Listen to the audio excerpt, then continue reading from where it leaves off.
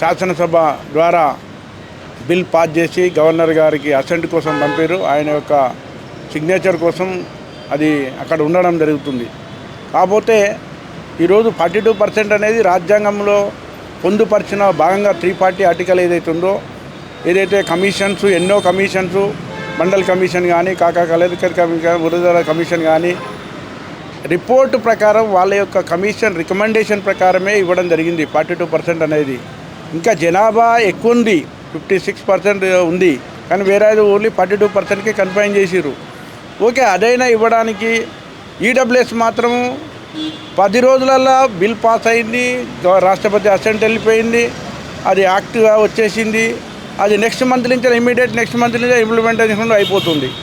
అంటే ఈ విధంగా అంటే ఎంత డిస్క్రిమినేషన్ అంటే 56% ఈ దేశ ప్రజలకు, ఈ భూమి పుత్రులకు, ఈ భూమిలో పుట్టి ఈ భూమిలోనే కలిసిపోయే వ్యక్తులకు తీరని అన్యాయం చేసే కార్యక్రమాలు ఇక్కడ ఉన్న న్యాయ వ్యవస్థ కానీ, అదేవిధంగా రాజకీయ వ్యవస్థ కానీ, అంటే రాజకీయ వ్యవస్థలో కూడా ఈ వర్గాలు లేకపోవడం కూడా చాలా దురదృష్టకరం. ఎందుకంటే they person who is representing they will protect, suddenly they will protect their own kith and కిన్ and వాళ్ళ కాస్ట్ను, వాళ్ళ సంబంధికులను, వాళ్ళ సొసైటీ వాళ్ళు ప్రొటెక్ట్ చేసుకుంటున్నారు.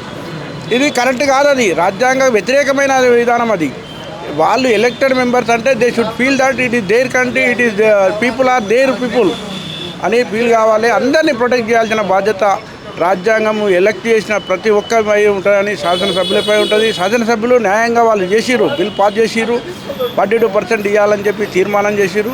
న్యాయబద్ధంగా వాళ్ళు చేసే కార్యక్రమాలు ఏదైతే కాంగ్రెస్ పార్టీ రేవంత్ రెడ్డి గారు చాలా ధర్మబద్ధంగా న్యాయబద్ధంగా ఆయన చేసిందని మేము అనుకుంటున్నాము. కాకపోతే ఈరోజు బీజేపీ గవర్నమెంట్ ఎవరైతే ఉన్నారో వాళ్ళకి పేరు వస్తుందనే ఒక దురదృష్టకరమైన అంశం అడ్డం పెట్టుకొని వాళ్ళు మాకు అడ్డం పడడం అనేది చాలా బాధాకరమైన విషయం.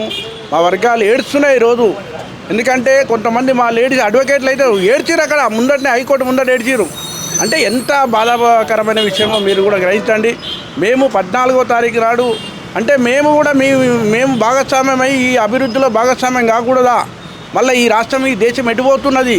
ఈ దేశంలో ఉన్నటువంటి బ్యాక్వర్డ్ క్లాసులు, ఓబీసీలు, హిందుత్వంలో ఫోల్డ్లో ఉన్నటువంటి మమ్మల్ని ఇగ్నోర్ చేస్తే ఈ రాష్ట్రము, ఈ దేశమే ఒక రోజుకు ఇగ్నోర్ అయిపోతుంది. ఎందుకంటే ఈ దేశాన్ని కాపాడుతుందే మేము. ఈ దేశం అభివృద్ధి ఇంత జరుగుతుందంటే మేమే. ఎందుకంటే మేము ఇండస్ట్రియలైజేషన్లో కూడా మా వర్గాలు లేకున్నా కానీ మేము ఇండస్ట్రియల్కు ప్రోద్బలం చేస్తాము. ఎప్పుడు కూడా మేము అది అయ్యో మాకు రిప్రజెంటేషన్ లేదు కదా, నోటికాడి బుక్కనే మనం తీసేయము.